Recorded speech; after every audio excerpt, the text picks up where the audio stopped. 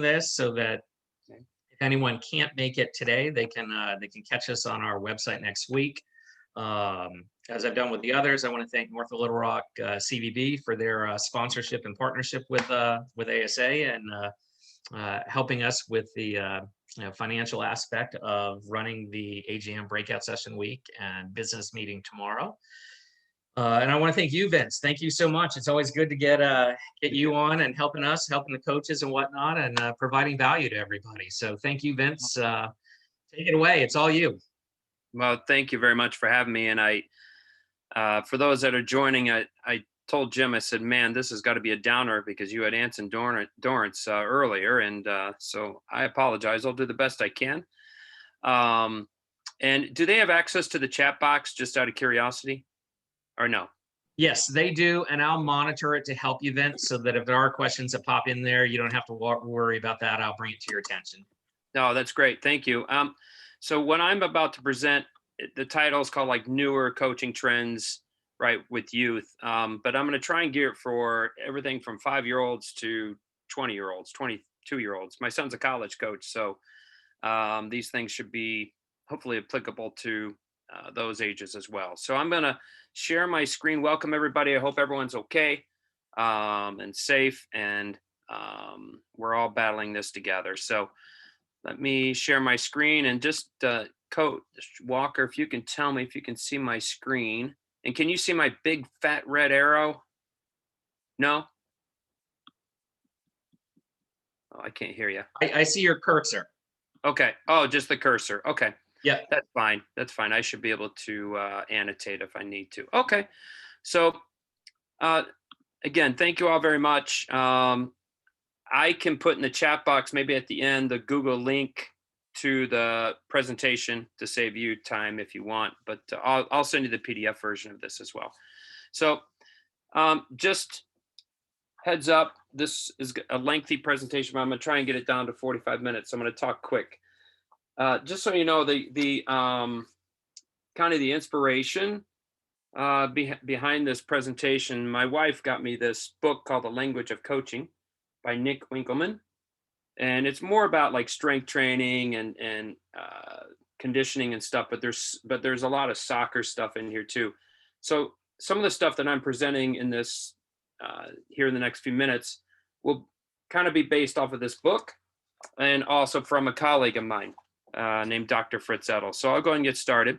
But what I'd like for everyone to do, if you can, in the chat box, and Jim, if you don't mind just telling me some of the answers in the chat box, for you, what does learning look like, right? Because there's a saying, and just type in the chat box. It could be kids having fun. It could be kids doing what you want them to do. So I'll see if I can get, okay, good. We got actively participating. So I'm trying to watch them too as they pop up. Yep. So Montgomery's the only one, unless everyone else is on their phones. Improving. Okay, good. Might be a little lag. Enjoyment of the game. All right. Yep. Excellent. So I think that's one of the first questions whenever you're designing a practice. And in my opinion, this can also be your coaching points. Because I know on practice plan, we always list coaching points, right? We want the players to technically be able to pass and receive in one or two touch or whatever, right? That's what you're trying to get out of. Or maybe you write your coaching points in there.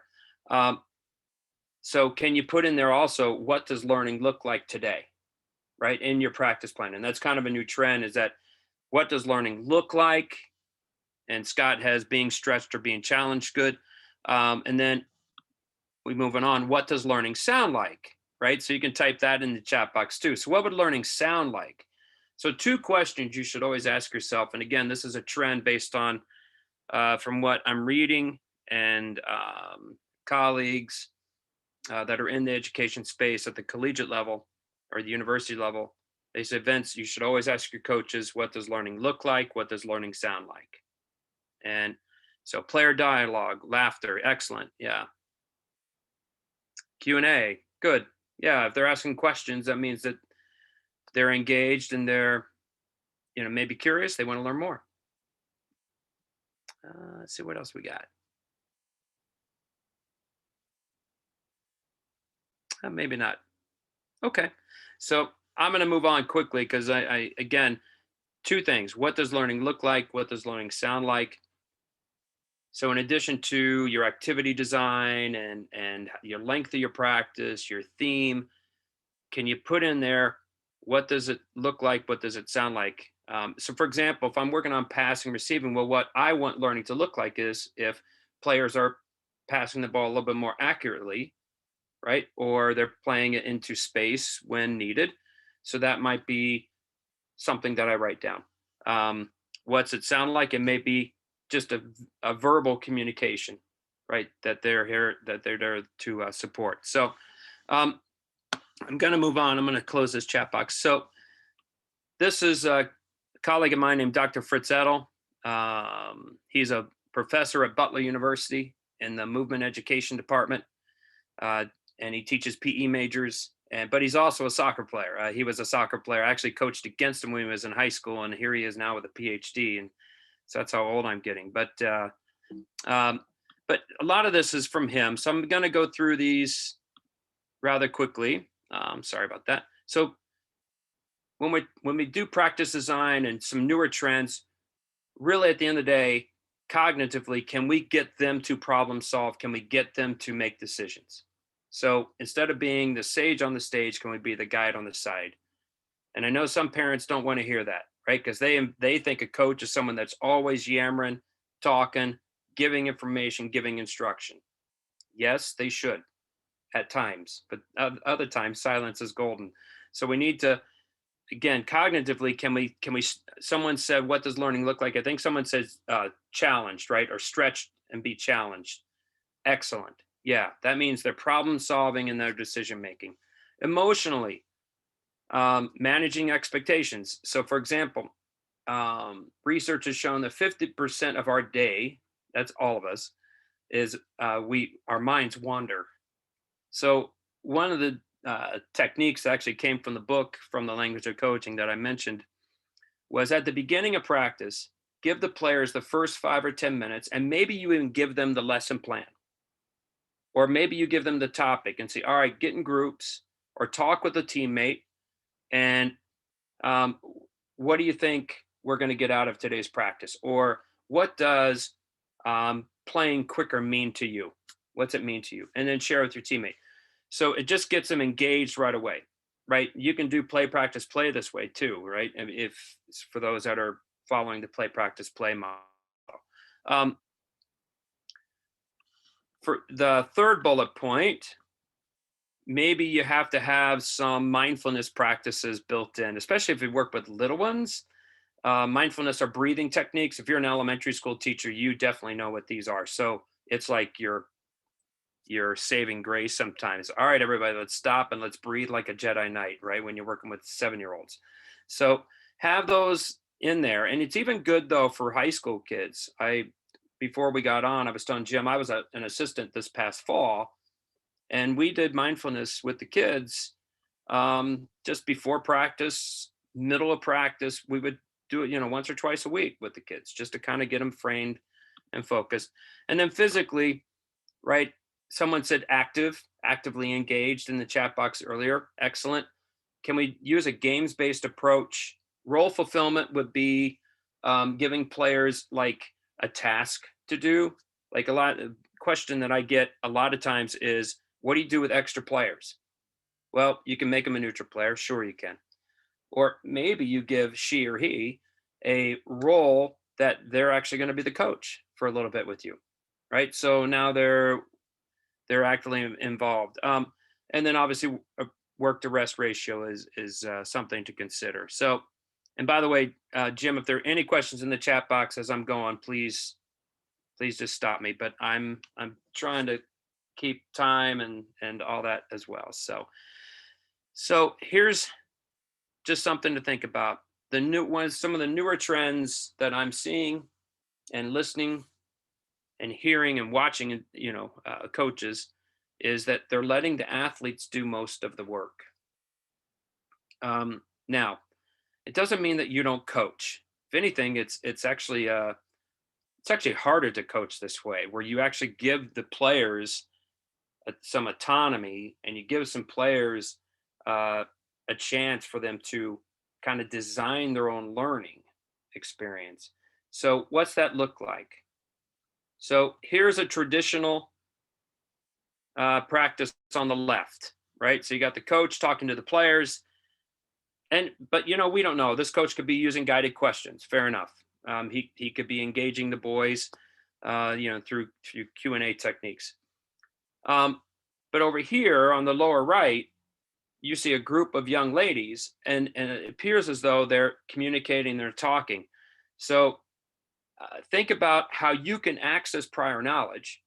You can either stop and talk to them, right, like this coach is, or you can say, hey, why don't you get in groups or get with a teammate and talk about what you just learned, or come up with one thing you want to get better at for the next round of this activity. So now we're putting it on them a little bit. And as a coach, though, you really have to be more in tune. You have to listen to them. And I'm going to show you an example of that. And I'm just going to say this one thing about this picture on the left. So 60% of children under the age of 16 have gone through some sort of trauma. And one thing that could be a traumatic. So see right here, you got some kids sitting, some kids are standing. So if you're a coach and you say, take a knee, all right, everyone take a knee, get in front of me. That could actually be traumatic for a young child if the trauma is coming from an adult. So think about when you bring in kids, instead of having them just, just sit or stand, have them stand in front of you, make it like a half an arc. They're all side by side with each other, so no one's looking at the backs of each other's heads. And it's a symbolic thing too, where we're all in this together, right? We're on the same page, if you will. But it's something little, I know, but that's actually a guy by the name of Dr. John McCarthy from Boston University said that one time in a presentation about the whole coach talking down to their players. That could actually be kind of almost traumatic for a young kid. So get on their level, basically. So this is someone that I follow on Twitter. His name's Mark Bennett. He's outstanding. So this is rugby. And hopefully, Jim, you're going to be able to hear this clip. Hopefully, everybody else will be able to hear it. So you can see here, this is a group of boys. And this is an actual clip of what small group looks like. So basically what he's saying is he wants them to take 60 seconds to strategize and then apply them afterwards. So let one on let out because he'll always offload it. Can you hear it? Try and intercept that. Yeah. Sometimes, he does Also, that. they've got quite a few kickers. So if you Yeah, put in a full back, yeah. Anyone, Cam, Jags, one of you maybe. Ewan's always Get trying across. to manipulate space to get off the round to create. Yeah, or he so punches yeah, a lot. yeah, Yeah. punches a lot. Yeah. So where's the solution for that? We need to have good line speed to create less time on the ball. Yeah, but as a Walter, not just one Yeah, person. yeah. The whole team. team. Yeah, the whole team is good. And watch out for the offloads. That I know Freddie does quite a lot. And as we were saying with Sam, with Shippers, What we need- just watch out for the rucks we can get. What we need to do is stay on them all the time. So that they always run through it and then they keep on running. Just stay in front of them so they don't Right, can you conclude, boys? 3 key points. You've been there 50 seconds now. Coops. We need to stop. We need to try and intercept Broom's offloads because he does that. Okay, next one more, please, boys. We have to get to the breakdown as fast as we can. Well done. Fist bump, Coops. Somebody else? Bulgoff. Put a full back in because they've got quite a few kickers. Love it, well done. Right, I'll see you in 20 minutes. Enjoy. So there was a lot that happened. First off, I don't know what a ruck is. I'm not a rugby guy, but I would like to learn. But in that, so they're talking. These are mature kids, right? You can tell. I mean, they're part of a professional academy, a youth academy, maybe related to a professional team. However, basically, what he did is he gave him 60 seconds. He gave him something to focus on, but he listened and he was right there. And then at the end, I don't know if you heard him say, hey, it's been 50 seconds, 50. Let's wrap it up in three things. And then he said something that I thought was really cool. I'll see you in 20 minutes. Right. And so in other words, all right, go play. And now I can see as a coach, all right, what's learning look like? Are they trying to apply what they just talked about? Or do we still need to, maybe I need to stop a little bit, or maybe at a stoppage and maybe do some more Q&A with them. But for the most part, it's giving them the autonomy to get together and talk, discuss. And you can do this with 7s and 8s, right? You can do 7 and 8-year-olds. You can say, hey, find a teammate. And I always say a teammate, by the way. I never say partner or friend or buddy. Find a teammate, because it's a team sport. And they didn't know that, right? We're teammates, even though they're 7. They might not understand what teamwork is, but they understand that you're a teammate. So find a teammate, talk to each other how or what a good pass looks like, right? And just share with that with each other, and then you can listen in. So I won't do, I'm going to try and just speed this up, but the next, actually I'm all right. So anybody know this movie? And the young kids might not. The younglings on this might not, but anybody? So yeah, you can type it in. So let's see, what do we got? Yes. We got Ferris Bueller's Day Off. So when we talk with players, there's a thing that's, again, from the book, The Language of Coaching, it talks about cueing. So just learn to maybe do one cue or coaching point at a time, or maybe 2 at the very most. And the part that's underlined, the attention span of an athlete, is usually their age plus 7 seconds. So if you coach 9-year-olds, you got 16 seconds, and then they're gone. So in other words, how can you limit it? So in the chat box, we're going to do a little activity. So I'm trying to make this engaging too for everybody that's on the end. So good luck. So we're going to pretend, here's the scenario. You have no so your wife or your spousal unit or your partner has said, okay, honey, you got to go to the store. And you say, okay, great. What am I getting? And she doesn't have time to write it down or whatever. And you're always in a rush because, well, I'm always in a rush. And I'm in the car and I get to the store and I don't have my cell phone. And now I'm like, oh, crud. I can't text her or him. And I got to remember everything. So what we're going to do is I'm going to put these up one at a time. And when we're done, let's see how many you can get. There's 7 of them. So here we go. Oh, by the way, you can't cheat. You can't you got to wait till it's all done. So you're on your honor. So here we go. We're going to go 1 through 7. Don't write anything down. Do the best you can.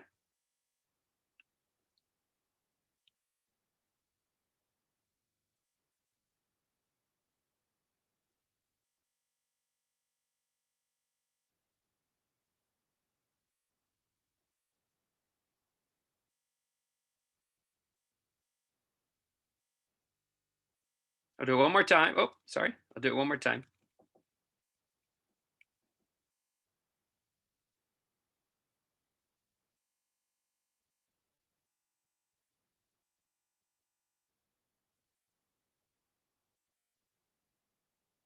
Okay. Type in what you remember in the chat box. Or you can even write it and hold it up on the screen if you want. That's fine too.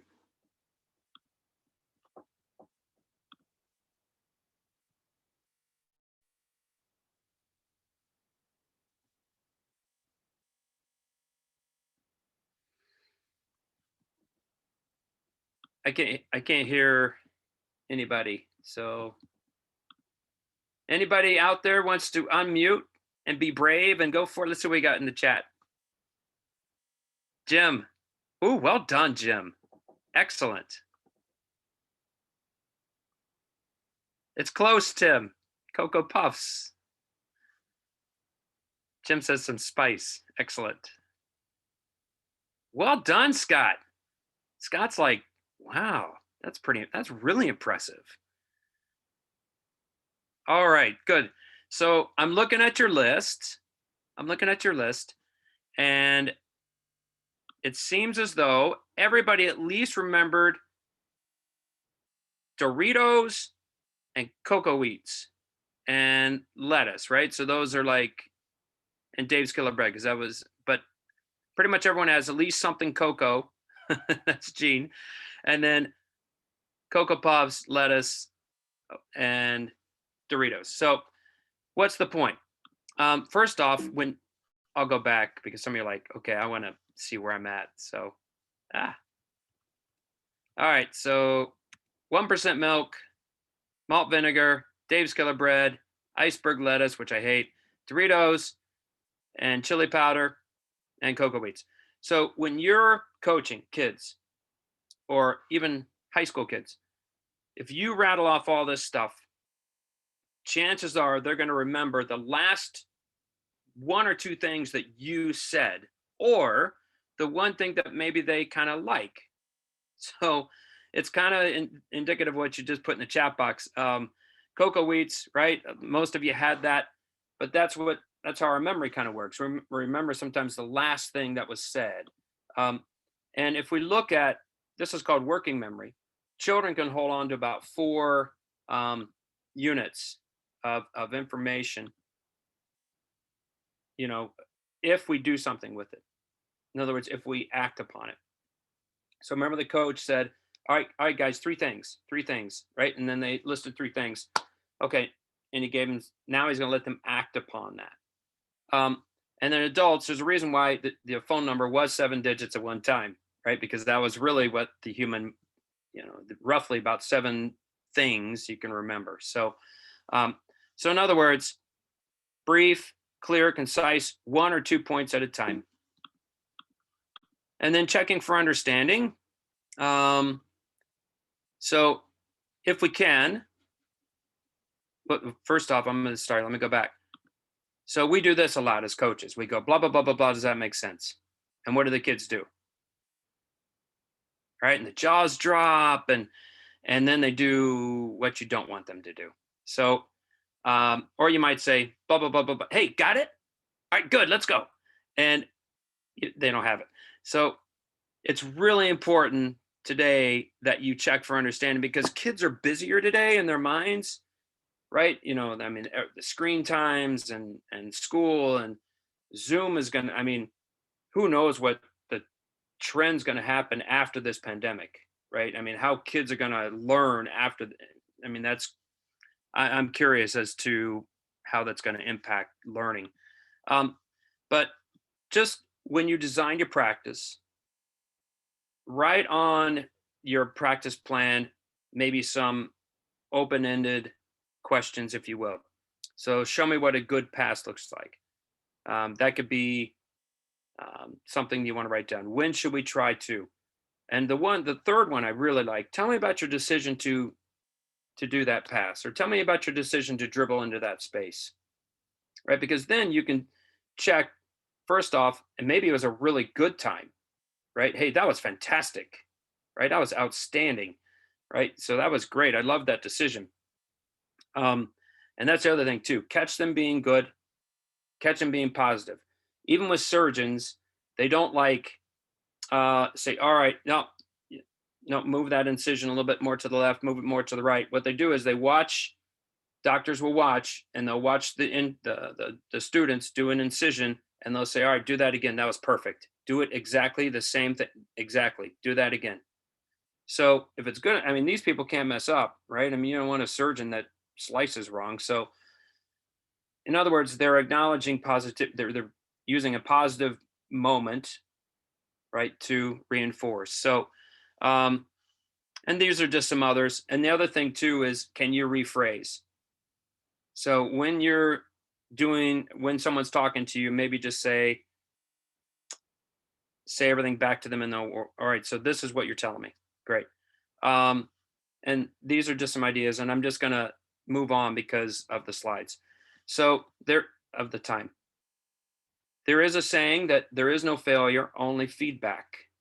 Right? So Michael Jordan also said this once.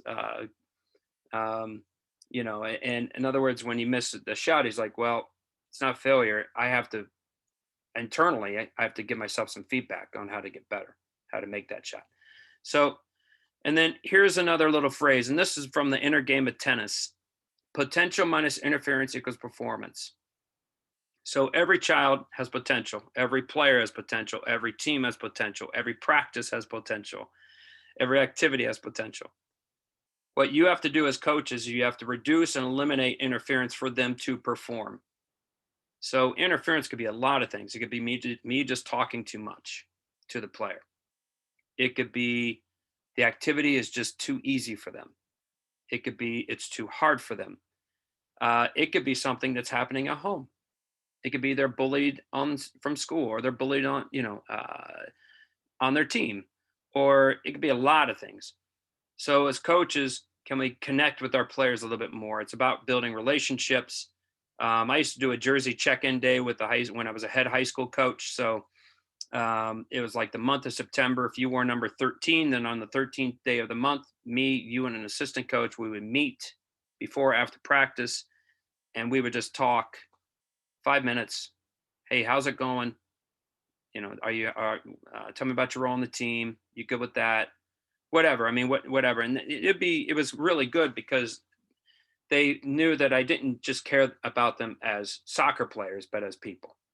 Right. So, I mean, at the end of the day, but can you eliminate or reduce as much interference as you can? So here is kind of a trend. When we coach technique, a lot of times we use what's called internal focus. In other words, we fix the movements related to the body movements. So if there's a push pass and the ball went, it was not accurate. Well, chances are the plant foot was pointed in the wrong direction, or it wasn't pointed toward their target. So we correct that. Or they hit it with their toe, and we say, no, hit it with the inside of your foot. So what the research is saying, and there was a guy named Wolf that did this, is can we use external focus? So in other words, cues related to the outcome that they're trying to achieve. So I grew up playing basketball. I live in Indiana. I still do. I'm born and raised. So basketball is religion. My dad grew up from down the street from Oscar Robertson, right, in downtown Indianapolis. I had no choice. Basketball was in our home. I mean, that was it.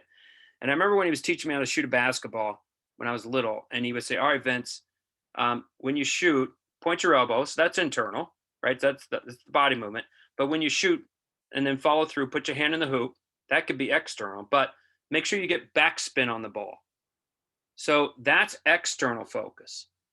So in other words, when I shot the ball, the feedback it internally would be if there was no backspin, then I didn't follow through right, or my fingers weren't on the ball right. And this is when I was 7. And then he also would say, hey, Vince, make sure when you shoot, put some arch on the ball, like the McDonald's M, right? And I was like, oh, yeah, okay. So I would heave it, and I was 7 years old. So what they're saying is for novice players, this actually is a little bit more beneficial. So can you figure out a way to kind of make it a metaphor, an analogy? And that way, when they do, for example, a technique, can they see the effect of the technique as opposed to worrying about the actual body mechanics? Now, do you have to maybe talk about the body mechanics? Sure, you can. Heel down, toe up when you do a push pass. Strike the ball with your laces. So here's just a couple of examples for soccer. So this would be for shooting, right? So internal would be land on your shooting foot or strike the ball with your laces. Talk about your non-kicking foot. External would be instead of landing on your shooting foot, hey, when you shoot it, try and make the ball dip, right? And Rose Lavelle did it in the 2019 World Cup final. I don't know if you remember that goal. That was brilliant. I mean, she smacked it and that ball dipped. That was perfect technique. Or I had an English coach and he would always say, Vinny, he was like one of the few people allowed to call me Vinny. He said, Vinny, he said, try to make the ball have no spin when you strike it. So what I did is I went home and I would practice. I would just bang, bang against a wall, bang, bang. And I would just try and make sure that the ball had no spin when I tried to strike it, or keep the ball underneath the crossbar. So now I can visually see, yep, I kept the ball underneath the crossbar. Maybe I didn't hit it hard enough or accurate enough. So this could be passing, and then dribbling. So use the side of your foot to make a push pass. That's the body mechanics. Or can you keep your foot flat and point your toes up to the sky, right? So in other words, heel down, toe up. That's a fancy way of saying it. For dribbling, a lot of times I hear coaches, hey, you need to keep it under control. You need to keep the ball under control. So I worked this summer with Dr. Jennifer Etnier designing this Mojo app, this new app that's coming out. And one thing that we started talking about was external focus. And she said, Vince, she said, instead for control, why don't we say keep the ball within a hula hoop's distance of your body, right? So, and 10-year-olds know what a hula hoop is. Some coaches say, hey, when you're dribbling, keep the ball underneath your knee. So they can see kind of the effect of the technique, basically, is what it's doing. So how are we doing? We're good. We're good. I think we're good on time. Yep, I'm moving. So again, when we talk about practice design, again, what does learning look like? What does it sound like? And then we need to say yes to the S's when we're designing a practice. So say yes to skills, which, by the way, you can't teach skill. You can teach technique. You can teach the external effect of technique. Skill is a result of technique. Sweat doesn't mean that you put them on the line, you make them run laps. It means they're actively busy and they're moving, they're smiling. Safety, I don't care what you say, that's the number one priority in practice design. Make sure that all kids are safe physically and emotionally. And then last thing, make your practices simple, right? And that's why I really do like the play, practice, play model, because it is simple, right? Get the kids playing, do one activity, maybe two, get them playing again. Okay, fair enough. But say yes to the S's when you're doing your practice design. And then I'm going to show you a little bit of an example of a trend that I'm seeing with technical training. And I'm going to show you an actual clip from Arsenal here in just a second. But so some of the trends I'm seeing when we teach technique: make it simple and then make the activity harder, right? So it's almost like you're taking a video game approach, right? So you have an easy level, right? And then, okay, now let's move on to the next level. And then I coached with 9s and 10s, about a couple months ago. And I said, all right, we're going to go to the boss level. And they're like, ooh, what's that? And I said, that's the hardest level there is. And so that's what we did. So it's just something to think about when you're designing an activity, not just a technical activity, but also maybe a game activity. Try like doing a video game approach. And then this little piece here, add a thing called contextual interference. So I'll give you an example of what that means. And here's the other piece that I'm seeing a lot with the trends. When you're teaching technique, see if you can get 2 actions instead of 1. Now, when they're learning, maybe they just do 1 and then they do 2. But if they're getting more proficient, the older players, try and get, if you can, when you're training technique, whether it's in a warm-up or it's maybe even a cool down, try and get 2 actions. And it could be they pass the ball and then they run through a ladder, right? A ladder, or they do some weaves in and out of their cones, without the ball, and then they move to another area. So I'll show you an example that this is Arteta, and this is actually pretty recent. So he's doing some striker training, and okay, I don't know if can you see it? It's moving. I stopped it. So I just want to stop it here because you'll see that's Arteta. He's got a ball in his hands and he's got the striker and then the keeper. So there's one shot and now he puts down another ball. So that's the second action, right? So it's one action, then another action. One action. All right, and this next one's going to hurt. Ouch. That hurt. That hurt. That's why they're pros, though. One action. and then he's going to roll it again, and second action. So I've seen a lot of youth academies and a lot of professional trainings when they do shooting, they try and do 2 actions when they're just working unopposed. Now, could you have this player here, Arteta, be a defender, or it could just be a teammate and they just take turns, right? And then you can rotate all the players in quicker, and through it. So that's just, again, now there's only 1 ball, and now all he's doing is he's just providing some little pressure. That's it. He's just shadowing them. Could this be a defender shadowing a striker in training? Sure, it could. And just get lots of repetition. So, and then I thought I'd throw some of these out. So this is for those that coach 5 and 6 year olds, 7, 8 year olds, right? So we'll just play a little game. It's called Star Wars, and you see there you got Darth Vader with the poo noodle in his hand. Poo noodles, by the way, are wonderful little pieces of equipment if you coach 5 and 6 and 7, 8 year olds. So real simple activity, right? No obstacles except they got to avoid the coach, and the coach is trying to poke the ball. Now we're going to have what's called contextual interference. So all those little cones are like little, whatever you want to call them. They could be potholes, they can be whatever. And now they got to avoid them and get to the other side. And then what I've learned to do is put a goal at the end and tell them that, hey, now you got to shoot in the goal. So that's 2 actions, right? But at first, I might just do this, right? We're just going to play a couple of games of this.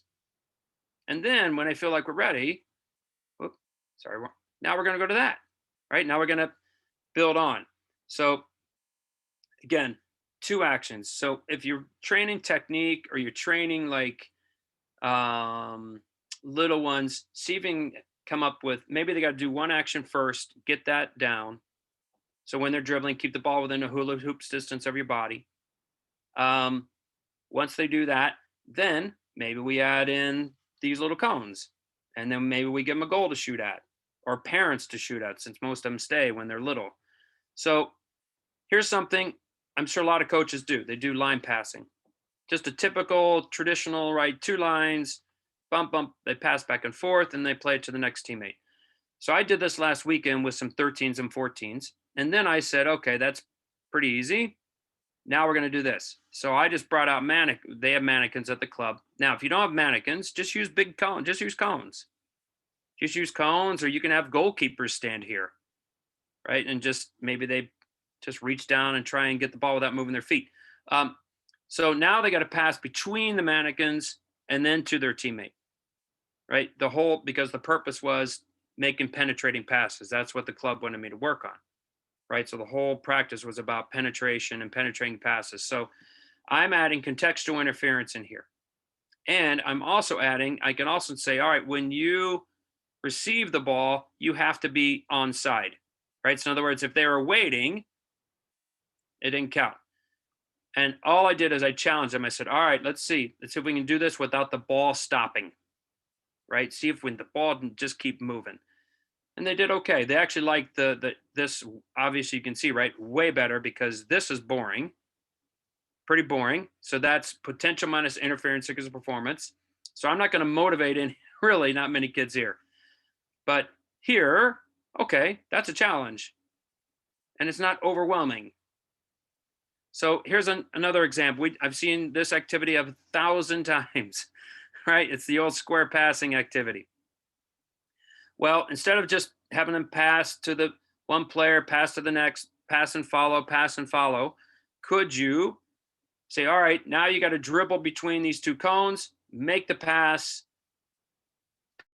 between this cone, dribble in between, right? And now you're adding 2 actions to the technique. It's dribbling and passing. So again, it's getting them to focus a little bit more.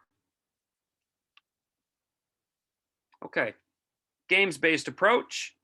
So there's a saying, let the game be the teacher. So there's this thing, if you've taken a US soccer course, they're really big on this thing called skill acquisition, right? Which is basically a game-based approach. It's teaching games for understanding. It's allowing technique. It's giving them opportunities to allow technique to become skill. So, little game that I play, if I know, for example, I want to work on the skill of dribbling, I'll just call it the shrinking field. So it's a normal field, small sided game. 8-year-olds can play this, by the way, or 18-year-olds. We did this with the high school kids this past fall. We just played a game, normal width.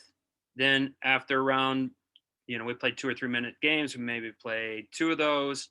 All right, now we move in the field, and that's the yellow shaded area. So we move it in.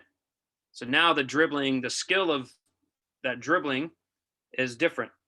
Then we bring it into that even more narrow. Now we're working on holding players off, shielding, right? Maybe got to use the sole of our foot. So it's one game that can bring out all types of dribbling, right? And they're playing a game. They love games. I mean, what's the first question you usually get when you're coaching little kids? Coach, when do we scrimmage? Right? So let them do this type of game. And then at the end, take off the little, by the way, I was inspired for this. I don't know if you remember the Star Wars movie, right in the trash compactor scene, right? When they're screaming at C-3PO to stop it. And he did finally, but I thought, oh, that might be kind of cool if we made a little game like that. So here is a 4-goal game, typical 4-goal game that's just very common. But sometimes I'll push the goals off the field, and the only way they can score is by passing it from inside the field off. But what if we took, and by the way, so I got external focus, pass the ball so it doesn't bounce, right? Because a lot of times when kids pass the ball, they'll hit it underneath the ball and it'll hop, right? So can they pass the ball, keep the ball as flat as a board, or make the ball fizz when it's going across that field, make it zip. So that could be an effect. That could be an external effect. Or make it go fast. I say that a lot to little kids. Make the ball go fast. So that way they can see it. Yep, that ball went fast across. That was good. But then if I took those goals and I just angled them in, I just angle them. That's it. And now all of a sudden, now they might be trying to bend the ball. Right? And so point number 3 might be, so when we bend the ball, see if you can make the ball spin sideways. So now they got to experiment. How do they do that? And could you show them? Could this be a time where you say, stop? All right, go get with a teammate, and you and your teammate just practice trying to make the ball spin sideways back and forth to each other. Give them 5-10 minutes to do that, and then put them in this game. So that's where we take what was shown earlier, let the athletes do the work, and then we put them in a game. And then I do it this way, right? Then I'll turn the goals and they'll angle out this way, right? So now now we're working on width, and they have to bend the ball another way. So, and I'm almost done, Jim. I'm good. I'm happy. I'm staying on time. So one thing to think about, again, crediting Dr. John McCarthy on this. So again, I mentioned earlier, 60% of children under the age of 16 have been through some sort of trauma in their life. And that could be a divorce. It could be whatever. They've seen abuse. They've been abused verbally, or it could be a lot of things. Car accident. It could be a lot of things. So just keep in mind, just obviously being positive. Maybe, that whisper effect works. Coach the bench and praise the play. I see a lot of times coaches, they'll scream during the game at a kid, and well, chances are it's too late. The kid can't go back and fix it. It's too late. So you need to do that in practice. So instead of screaming at the kid, talk to the bench, right? Talk to the bench, and maybe you address it at halftime. Hey, let's talk about our decisions to do this. But the last point here is huge. When I heard this guy speak, I was like, oh boy, I would have been fired when I was a young high school coach. Because I remember when I was a young high school coach and they weren't performing, kids were having a bad day, I would say, all right, you know what? You guys don't want to play soccer? All right, just get on the line. Just get on the line and we'll just make soccer practice track practice. But it wasn't planned. right? And I would do like what Herb Brooks did in the movie Miracle, right? Again, again, again. So what he's saying is that could be really traumatic today. So if you're going to have any physical conditioning, it should be planned. And then hopefully your games will also, that's saying yes to the S's, right? That saying, safety, smile, skills, sweat, right? And simple. So your activities should allow for that physical activity. And then at the end of the day, are you trying to make memories or moments as a coach? Memories or moments? A moment could be just, it could be temporary. A memory, though, is something that, I'm sure a lot of you remember the, day you got married or your first child being born, or though you remember that. A moment could be something that you did last week, but you don't remember what you did, right? So if some of you look back maybe the next week, last week at this time, you probably don't remember where you were or what you did. Maybe you do, but chances are you don't. So can we make our practices memorable, right? And our experiences memorable. And then the last thing is, can we be coaches with heart, right? That help players that need a heart. And I took that from my pastor at church, because he said, when we go out in the world, can we be people with heart, right? Helping people that need a heart, right? Or that need heart. So I thought, oh, I'm gonna use that. I'm stealing that one. So, and at the end of the day, though, you've got to do what's best for the athlete. You just have to do what's best for the athlete, and that's the newest trend, right? It's not top down, it's not coach controlled. It's let's do what's best for the athlete. So I'm gonna go ahead and stop sharing, and I went really fast, so I apologize. So if there are any questions, I'm more than happy to stay on. I know that you all have. Someone says beer. Ryan Spears, you missed the beer. Although, yeah, this should have been on it. But Jim, any questions from the audience or anything? I know that you all have Ryan. I know that you have. I think Skip Gilbert coming on next, and he's a big timer. So I'm like. But Don Hablitz has his hand raised. If you want to go ahead and unmute John and ask a question. Yep. Hey, Vince. So I really like the way you were talking about having the small groups and how it directly implements into play, practice, play. Makes complete sense.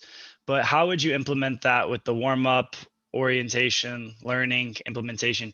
Is the warm up essentially the first play phase where we're kind of just letting them play, and then we would ask them how would you kind of balance it? That's kind of the one real question I have. Thank you for the presentation. No, that's all right. And I'm going to give you a U.S. soccer answer, because they'll say it depends. They're big on it depends. But I would say, so the orientation, learning, implementation, right? And you have the warm. It could be, honestly, it could be anywhere in those, in my opinion. I mean, look, when you're at a U.S. soccer course, they're evaluating on that methodology. But when you're at home with your own kids, they're not following you. I mean, and they're not going to be behind the bushes saying, no, no, no. I mean, at the end of the day, if, for example, in the learning phase, where you're, maybe you can stop and pause and say, all right, hey, back four, get together with your midfield unit and come up with a goal or something that you want to focus on for the next 4 or 5 minutes.